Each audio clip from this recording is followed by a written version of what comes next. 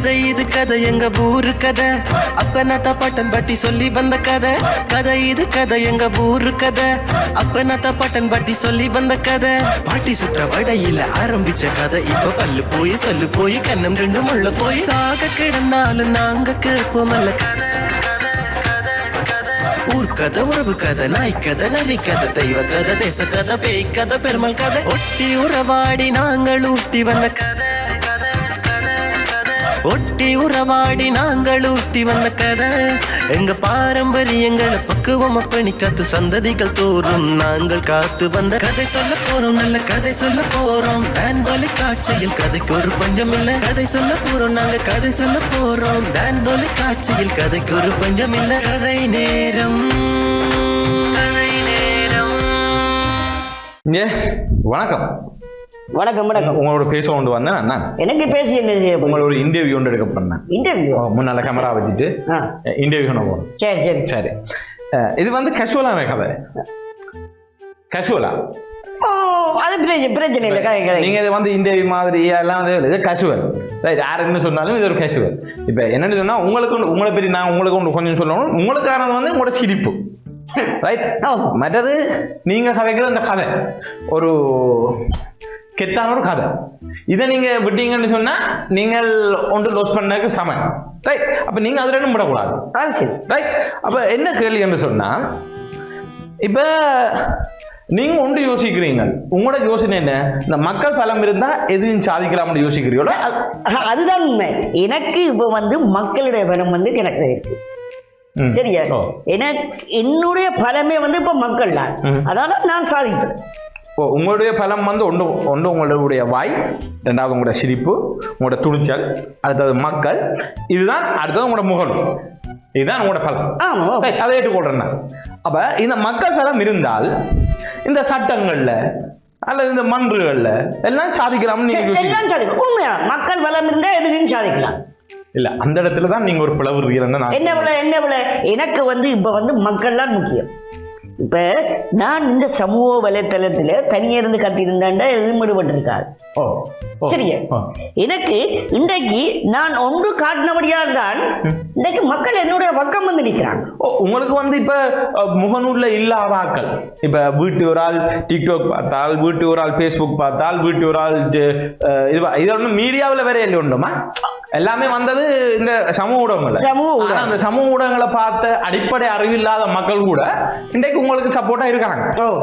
அது ஓகே. இது சமூக ஊடகங்கள வளர்ச்சி, மக்கள் வளர்ச்சி, மக்கள். ஆனா என்னன்னு சொன்னா இது மக்களின் பிரச்சனை இப்படி எல்லாத்தையும் இருக்குது. நீங்க கொண்டு வந்தீங்க சரி.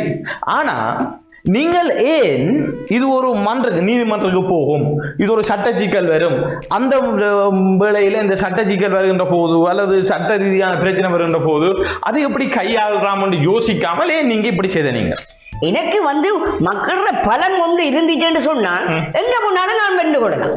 அப்படி வழங்குதா? எனக்கு வந்து அதாவது இன்றைக்கு நீங்க பாருங்க, இதுக்கு முன்னுக்கு நடந்த பிரச்சனைகள் இல்ல சரியா. யாராவது காது கொடுத்து கேட்டுக்கிறீங்களா? கேட்கல. யாராவது கண்ணுடா பார்த்துருக்கிறீங்களா? அங்க போய் பார்க்கல. இன்றைக்கு நான் ஒருவன் அங்க வந்து கதைச்சு வெளியேறி இதை பற்றியான உண்மையில வெளியே உடைத்தபடியாலதான் இன்றைக்கு மின்புறப்பாக்கிலோன்னு என்ன செய்திருக்கிறீங்க? உடனே கொண்டு வந்து வச்சிருக்கிறீங்க. அது கூட என்ன எனக்கு ஒரு எவிடன்ஸ் சரியா. எவிடன்ஸ் நீங்க யாரும் கேட்க வேண்டிய அவசியம் இல்லை. மின்புறப்பாக்கி இதுக்கு முன்னுக்கு இருந்தும் அது ஒன்றும் செயற்படையில இப்படி என்றெல்லாம் நான் வெளியால ஒன்றை உடைக்கிறதால நீங்க கொண்டு வந்து வச்சிருக்கிறீங்க. இப்ப நீங்க சொல்ற இந்த எவிடன்ஸ் சரி. இப்ப என்னன்னு சொன்னா இந்த சட்டத்தை பாக்குறதுக்கு சொல்லி இந்த சட்ட நடவடிக்கைகளை செய்யறதுக்கு சொல்லி சட்டத்துறை சார்ந்தாக்கள் இருக்கணும். இப்ப இலங்கையில இந்த பாராளுமன்றத்தால் உருவாக்கப்படுகின்ற சட்டங்களை நடைமுறைப்படுத்துகின்ற போது அது எப்படி கொண்டு போறது அல்லது நடைமுறைப்படுத்துறது, அதை எப்படி போய் நம்ம இப்படி வரினம்ன்றதை பாக்குறதுக்கு போலீஸ் துறை இருக்கு. அதே மாதிரி ஒவ்வொரு அரசு துறையிலையும் ஒவ்வொரு விதிகள் இருக்கின்றது. தாவண விதிகள் என்று சொல்லுவாங்க. அதுல ரெண்டு இருக்கு. ஒன்று நிதி சார் அறிக்கை, மற்றது நடைமுறை சார் அறிக்கை, அதாவது முகாமைத்துவ அறிக்கைன்னு சொல்லி நடைமுறை ரெண்டு இருக்கு சரிதானே. அப்ப அந்த நடைமுறைகள்ல நீங்கள் இப்ப இந்த நிர்வாகம் சார் நடைமுறையில நீங்கள் இந்த விடயத்தை எப்படி வெளிக்கொணரலாம் என்றதுக்கான சில நடைமுறைகள் இருக்குது. அப்ப இது வந்து அரச துறை கண்டு இருக்குது, ரைட்? அரச துறையில இருக்குது. அப்ப அரச துறை கண்டு கேட்கலாம், அந்த விடயத்தை நீங்களே அரச துறை கூடாக செய்திருக்க வேணும். இப்ப இங்க பிரச்சனை இருக்குன்னு சொன்னால், இப்ப இங்க ஒரு ஊழியர், சிட்டு ஊழியருக்கு ஒரு பிரச்சனை இருக்குன்னா அந்த சிட்டு ஊழியர் அங்க இருக்கிற நிறுவன தலைவருக்கு அறிவிச்சு, அந்த நிறுவன தலைவர் தனக்குரிய அடுத்த இடத்துக்கு எங்கேயோ அறிவிச்சு அதை கூடாகத்தான் இதை கொண்டு போகலாம். அப்ப இதை நாங்கள் இந்த மக்களையோ இந்த சமூகத்தையோ குழப்புற மாதிரி வெளியில கொண்டு வந்து இன்றைக்கு எங்களை அரசியல்வாதி கையை விட்டுட்டான் அல்லது இந்த மக்கள் இந்த ஊராக்கள் படிக்கவ கையை விட்டுட்டவங்களை மேலதேறி கையை விட்டுட்டோம்னு சொல்றது எவ்வளவு தூரம் பொருத்தமானது? இப்ப உங்களுக்கு ஒன்று விளங்கல. இப்ப நான் வந்து ஏற்கனவே இங்க ஒரு ஓட்டை இருந்திருக்கு, அது இருந்திருக்கு சரியா? இந்த ஓட்டைய அடைக்கிறதுக்கு யாரோ ஒருத்தர் முயற்சி செய்திருக்கலாம். அந்த அது அங்க மேல்மட்டத்துக்கு போயிருக்கும், இல்ல இருக்காதா? போயிருக்கலாம். நீங்க என்ன அடப்படாம இருந்ததால நம் மக்களுக்கால நம் வெளி உலகத்துக்கு கொண்டு வர வேண்டும். மக்களுக்கால வந்து இப்ப உங்களோட நிக்கிற நிறைய அங்க போயிருந்தாண்டா, ஏனண்டா நீங்க சொன்ன மாதிரி நான் மக்கள் சொல்றது காவல்துறையினும் அதுக்கு அடங்கணும், சமூக இதுக்கால பார்ப்பாங்க, சரியா? இது உண்மையை ஏற்கனவே அவங்களுக்கு உள்ளுக்குள்ள நடக்கிற பிரச்சனை தெரிஞ்சிருக்கும், இதுல தெரிஞ்சிருக்கு. ஆனா அவர் வந்து வெளியால வந்து சொல்லல, ஏனென்றால் அரசு இதுக்குள்ளே இருக்க நானும் ஒரு அரச ஊழியர். ஆனா நான் என்னண்டு மக்களுக்குள்ளால வந்து வெளியால கொண்டு வரோம். உங்களுக்கு அடிப்படை சட்டம் ஒன்று தெரியும். அடிப்படை சட்டத்தின்படி ஒரு கிராம அலுவலர் அந்த கிராமத்துக்கான அலுவலர், ரைட்?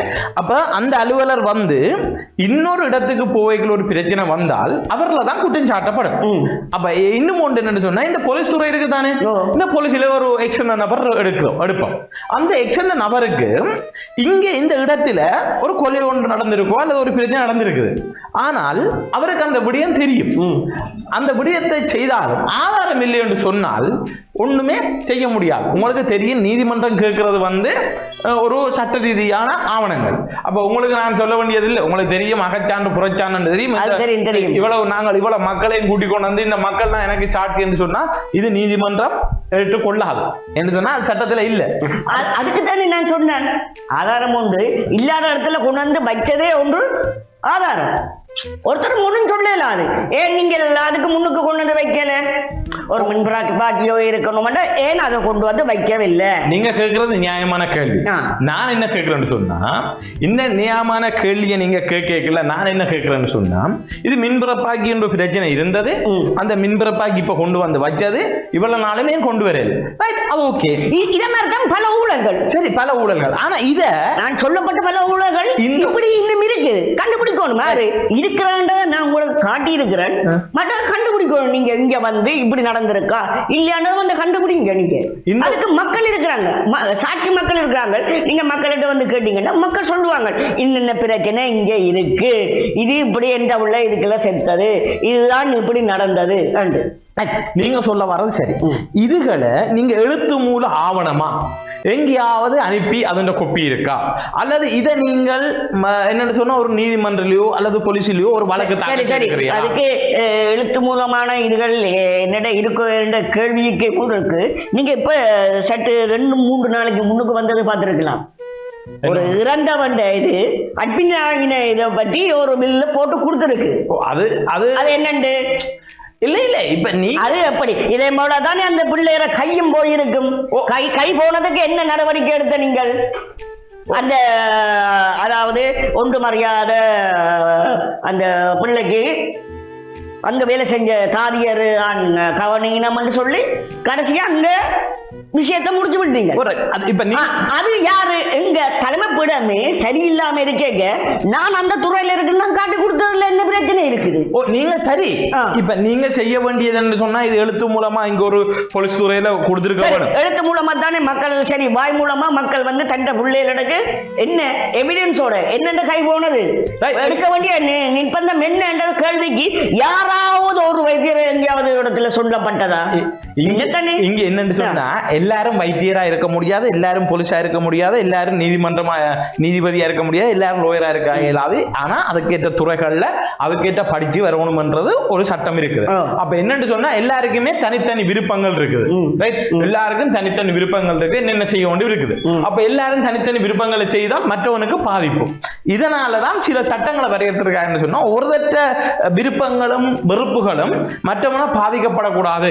அதனால உண்ட சுதந்திரம் உண்ட பிரைவசி என்று சொல்ற அந்த விடயங்கள் ஒரு லிமிட்டோட இருக்க வேண்டும். நீங்கள் இந்த விடயங்களை முதல் நீங்கள் சொல்றதுக்கு முன்ன சில ஆதாரங்களை சேர்த்து போட்டு சொல்லியிருக்கலாம். அடுத்தது ஒரு தனிப்பட்ட நபரை நீங்கள் போட்டு பப்ளிக் சமூக ஊடகங்கள்ல சொல்லி போட்டு அவர் தனக்கான ஒரு வழக்கை பதிவு செய்யலாம். அப்ப இதுல எனக்கு எதிராக ஒருத்தன் வந்துட்டான், எனக்கு எதிராக சொல்றான்னு சொல்லி நாங்க சொல்லலாம். அப்ப நாங்க சட்ட ரீதியான சில ஆவணங்களை கொடுத்திருந்தால் இதுல எந்த வித பாதிப்பு இப்ப மக்கள்ல ஒண்ணு சொல்றேன் உங்களுக்கு மக்கள் தலைமை கேட்க எனக்கு எந்த ஆதாரமும் எதுவும் எனக்கு தேவையில்லை. சரி, உங்களோட இருக்கிற மக்கள்ல நான் என்ன பொறுத்தவரையில முக்காவாசி படிச்சாக்கள் இருக்கணும். படிச்சாக்கள் அதுல டாக்டர் இருக்கணும், இன்ஜினியர் இருக்கணும், இந்த FRAR என்ற நடைமுறை தெரிஞ்சாக்கள் இருக்கணும், மினிஸ்டர்ஸ் இருக்கணும். நிறைய பேருக்கு பிடிக்கும் இருக்கு, சில பேருக்கு பிடிக்க இல்ல. உண்மையை மோத்துக்கு வெளியால கொண்டு வந்த சமூகத்துக்கு நம்ம வெளிக்காட்டினோம். அதெல்லாம் கூட வேற என்ன இருக்கிறாங்க, அது நான் ஏற்றுக்கொள்றேன். எல்லாருக்கும் பிடிச்சிருக்கு, எல்லாரும் ஏற்றுக்கொள்ளினோம். மற்றது சில பேர் நேரடியா சப்போர்ட் பண்ணினோம், சில பேர் மறைமுகமா சப்போர்ட் பண்ணினோம், சில பேர் சப்போர்ட் பண்ற மாதிரி போட்டு வைக்கணும். ஆனா இன்னொன்று பாருங்க, நான் இவ்வளவத்தை நான் இங்க கொண்டு வந்ததால சில பேர் கேட்டிருக்கணும் என்ன தெரியுமா, உங்களுக்கு வழக்காடு கொடுத்தரும் இல்லையா, உங்களுக்கு தேவையா, நாங்க கொழும்புல இருந்து இறக்குறோம், அதுல இருந்து இறக்குறோம், ஏன் இன்றைக்கு நீங்க என்னட்ட இதுக்குள்ள வாரீங்க? மக்கள் சக்தி என்னட்ட இருக்கின்றபடியாதான் நீங்க எனக்கு உதவி செய்யறேன், இதுக்கு வாண்டு கேட்குறீங்க. இதுக்கு முன்னுக்கு எத்தனையோ ஒரு பாமர மகன் கதைச்சிருப்பான். ஆறாவது கதை காது கொடுத்து கேட்டீங்களா? சரி, நீங்க சொன்ன மாதிரி காவல்துறையில போய் பதிஞ்சிருந்தா இப்படி நடந்துட்டு என்ன கொடுத்ததுக்கு ஏதாவது எடுக்கப்பட்டிருக்கா, வழக்கு போயிருக்கா? சரி, அந்த பிள்ளைய கையை துண்டாடப்பட்டதுக்கு எங்க வழக்கு போடப்பட்டிருக்கா? இல்ல, அந்த பிள்ளைங்க சார்பா யாருமே வழக்கு போட இல்லையே. அந்த பிள்ளை என்ன கஷ்டத்துல இருக்கிறவன் எப்படி போடுவான்? நான் என்ன அதான் கஷ்டத்துல கிடக்கிறான், எப்படி போடுவான்? இப்ப என்ன நான் ஒன்று படிச்சபடியானான் என்ன இப்படி படியால கொண்டு வந்ததுன்னா எல்லாரும் இறங்கி இருக்கணும். என்ன விளங்குதா? இதே படிக்காதவர்கள் போடணும்னு உனக்கு தெரியுமா என்ன நடந்தது? நீ வரைக்க அங்கே போட்டு வந்தனி, இங்கே போட்டு வந்தனி, எப்படி என்னொண்டு கதை அதோடைய அந்த பிள்ளைற வாழ்க்கை கையோடைய போட்டுது. இப்ப என்ன விடியம் சொன்னா, ஆறாவது இது என்ன மாதிரி எவனாவது ஒருத்தன் அதுக்குள்ள இருந்து உண்மையை கொண்டு வருவானான்னு சொன்னா அந்த பிள்ளைக்கு வாழ்க்கை இல்ல விளங்குதுதானே உங்களுக்கு சொல்றது. நீங்க கொண்டு வந்த விடயம் சரி, வெளியில கொண்டு வர வேண்டியது. ஆனா கொண்டு வரக்கு முன்னம் சில சட்ட சிக்கல் வரும், சட்டங்கள் இறுக்கம் வரும். அந்த இப்ப உங்களோட தோல்வி இப்ப என்னன்னா எல்லாருக்கும் படிவா தெரியணும். உங்களோட தோல்வி எனக்கு மக்கள் இருக்கு, தோல்வி தேவையில்லை. வேலையை விட்டு தூக்குறேன்னா தூங்குங்க.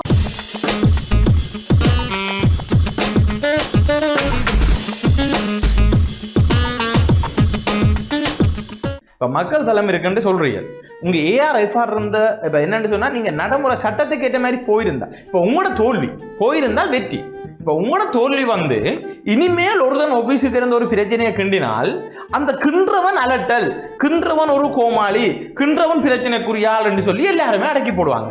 இப்ப என்னன்னு சொன்னா, நாங்களும் இந்த பிரச்சனையை பார்த்திருக்கிறோம். சில இடங்கள்ல ஒருத்தன் மட்டும் வேலை செய்வான், மிச்ச பேர் செய்ய மாட்டான். அப்ப அந்த இடத்துல இவன் கோமாளியா பார்க்கப்படுவான். மற்ற வேலை செய்யறவங்களுக்கு தான் பிரச்சனை வாருது. அலுவலகங்கள்ல பாத்தீங்கன்னு சொன்னா, ஒருதன் ஒரு காசு வந்தா நிலையான அபிவிருத்தி, சஸ்டைனபிள். அப்ப அந்த நிலையான 2030 வரைக்கும் ஒரு 15 கோல்ஸ் என்று சொல்லி வச்சு அதுல முதலாவதா சஸ்டைனபிள் தொடர்ச்சியா இருக்க வேணும்னு சொல்லி, அப்ப அப்படி செய்தால் அவனுக்கு கேள்வி வரும். இந்த நிலையானது அழியாமல் தொடர்ச்சியா இருக்கும் இந்த மக்களை செய்யணும். அப்படியானாக்கள் பாதிக்கப்பட்டது கூட எங்க அரச நிர்வாகத்தில். அதுல நீங்களும் ஒரு அளிப்பேன். அப்ப என்னன்னு சொன்னா, சில பேர் சட்ட திட்டங்களை வச்சிருக்கிறபடியா மேல் அதிகாரத்தை பாவிச்சு கட்டுப்படுத்த நினைப்பிடும். ரெண்டாவது சட்டத்தை பாவிக்கணும். ரைட். ஆனா இந்த சட்டத்தை பாவிக்கல சட்டத்துக்கு எங்களுக்கிட்டையும் சரியான ஆதாரம் இருக்குமா இருந்தா சட்டத்துல நாங்கள் வெற்றி பெறுவோம். ரைட். வெற்றி பெற்றாக்கள் இருக்கணும். ரைட். ஆதாரத்தோட போனபடியா. ரைட். அடுத்தது இங்க பாத்தீங்கன்னு சொன்னா, கள்ளனை கொண்டு வந்து இப்ப கள்ளனுக்கு டி ப்ரோமோஷன் சொல்லி அனுப்புவாங்க. ஆனா அவன் திரும்பி விரைக்கல கை ப்ரோமோஷன்ல வந்துடுவான். ரைட். அடுத்த பாத்தீங்கன்னு சொன்னா, இந்த கையங்களவமா பிடிப்பாங்க. ஆனா பேருந்து பார்த்தா அவன் அதே பதவியில அப்பவே இருப்பான். வேலையாளன் தூக்குறது இல்லை. இப்ப ஸ்கூல்ல ஒரு பிரச்சனை, டீச்சர் பிரச்சனை பட்டா அந்த டீச்சருக்கு ஒரு ஆன்சர். இப்ப ஒரு இடத்துல போலீஸ் ஒருத்தர் லஞ்சம் பண்ணிட்டான்னு சொன்னா போலீஸுக்கு ஆன்சர். ரைட் அவர் திரும்பவும் அந்த இடத்துல அதான் செய்ய போறாரு. அப்ப டாக்டர் ஒரு இடத்துல ஆபரேஷன் செய்து பிரச்சனை சொன்னா இன்னொரு ஹாஸ்பிட்டலுக்கு 6 மாசம் டிரான்ஸ்ஃபர். ஆனா திரும்ப அவர் இங்க வருவார்.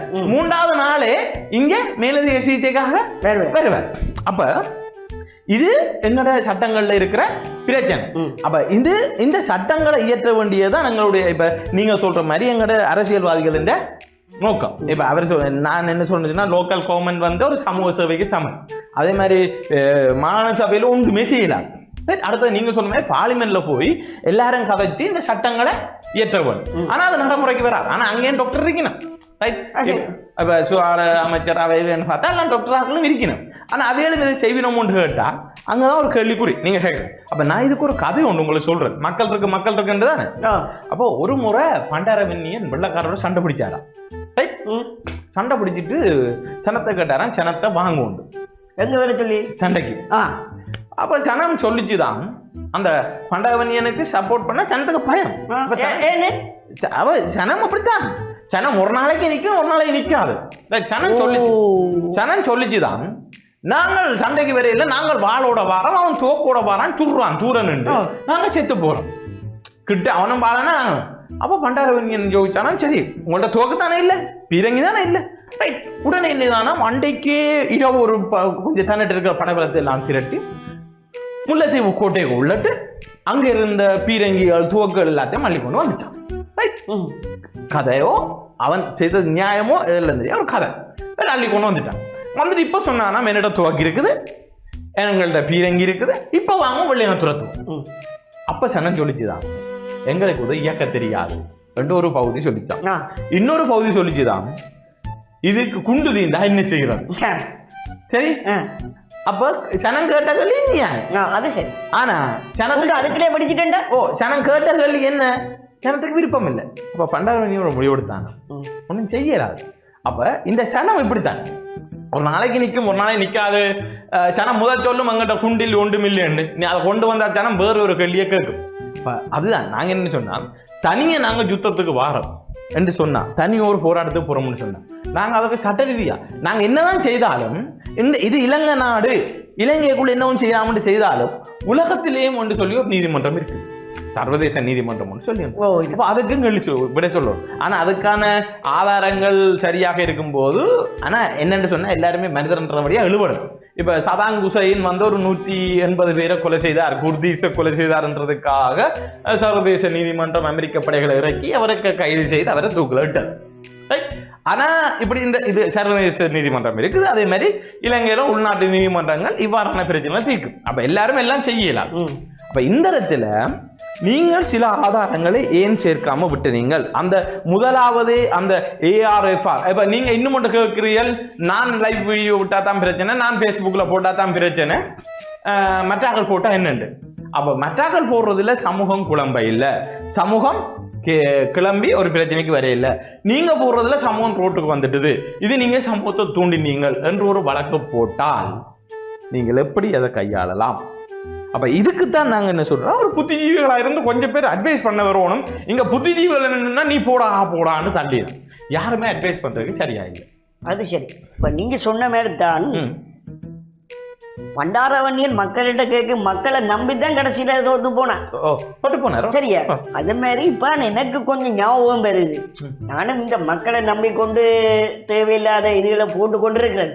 மக்கள் இருக்கும் கடைசியில மக்கள் நானா சொன்னா உனக்கு போட சொல்லி நானா சொன்னா உன்னை கதை சொல்லி அந்த இடத்துல கைவிட்டா பண்டாரவன்னியன் மாதிரி யோசிக்கத்தான் வேணும். என்ன இப்ப இதுலயும் பாத்தீங்கன்னு சொன்னா உங்களுக்கு அரசியலை பத்தி நீங்க நல்லா கழிச்சு கொண்டு இருக்கிறீர்கள். ஒரு நல்ல ஒரு அரசியல்வாதி வரணும், நல்ல ஆக்கள் வரணும். ஆனா இந்த அரசியலை பொறுத்தவரையில நல்ல ஆக்கள் வரலாம் போகலாம், அது வேற. எவர் வந்தாலும் இந்த கான்ஸ்டிடியூஷன் யாப்பு அந்த யாப்பு எவருமே மீறலாம். எனக்கு எவ்வளவு திறமை இருக்கட்டும் அந்த யாப்புக்கு மீறி நாங்கள் செய்யலாம். எனக்கு உச்சக்கட்ட கோபம் வந்தாலும் என்னுடைய மனைவி என்பதற்காக நான் அடிக்க முடியாது. அது உண்மை. விளங்குதானே?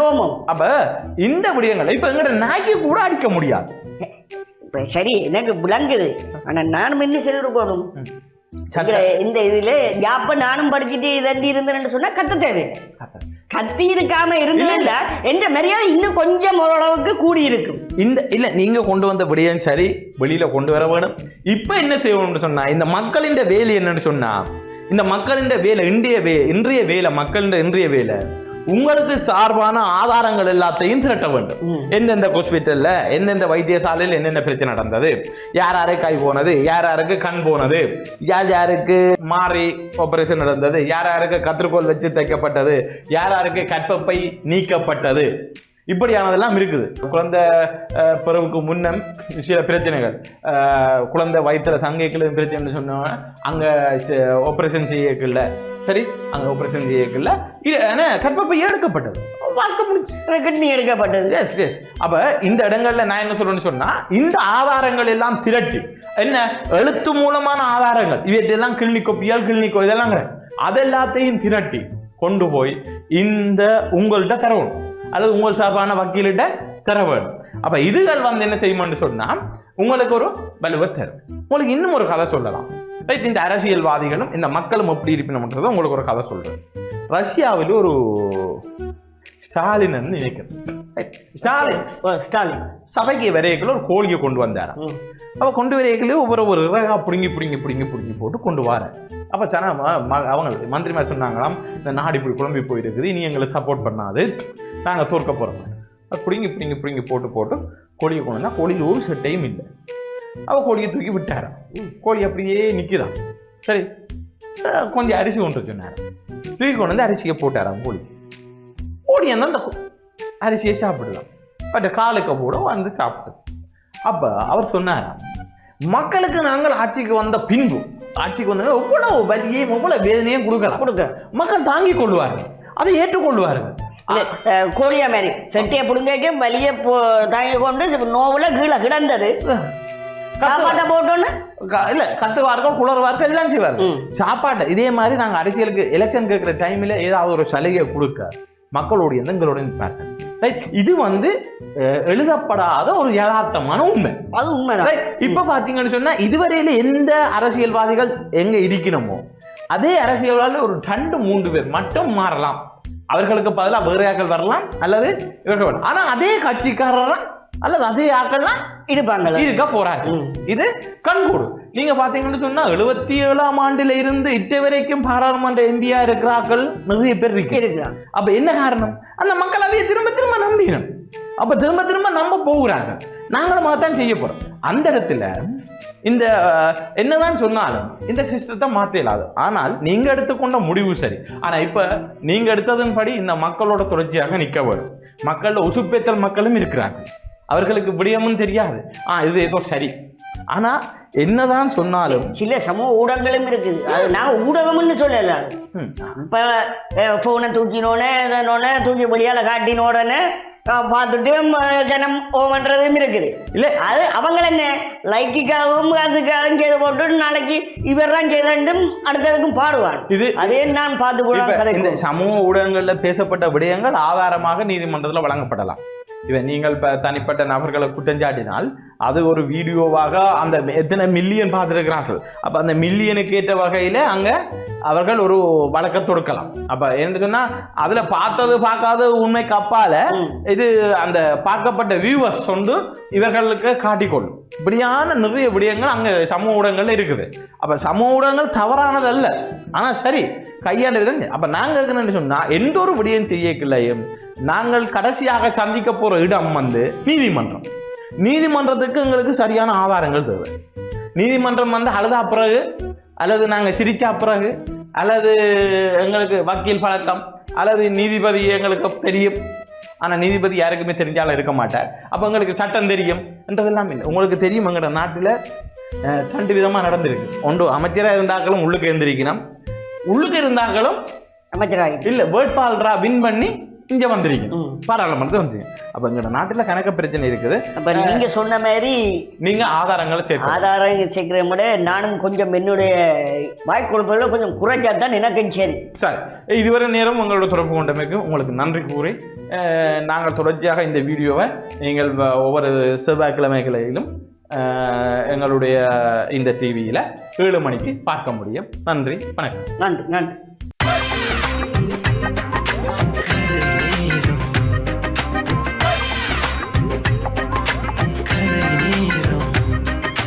கதை இது கதை எங்க ஊரு கதை அப்ப நாத்தா பாட்டன் பாட்டி சொல்லி வந்த கதை கதை இது கதை எங்க ஊரு கதை அப்ப நாத்தா பாட்டன் பாட்டி சொல்லி வந்த கதை பாட்டி சுற்ற வடையில ஆரம்பிச்ச கதை இப்ப பல்லு போய் சொல்லு போய் கண்ணம் ரெண்டும் உள்ள போய் தாக கிடந்தாலும் நாங்க கேட்போமல்ல கதை ஊர் கதை உறவு கதை நாய் கதை நரி கதை தெய்வ கதை தேச கதை பேய் கதை பெருமாள் கதை ஒட்டி உறவாடி நாங்கள் ஊட்டி வந்த கதை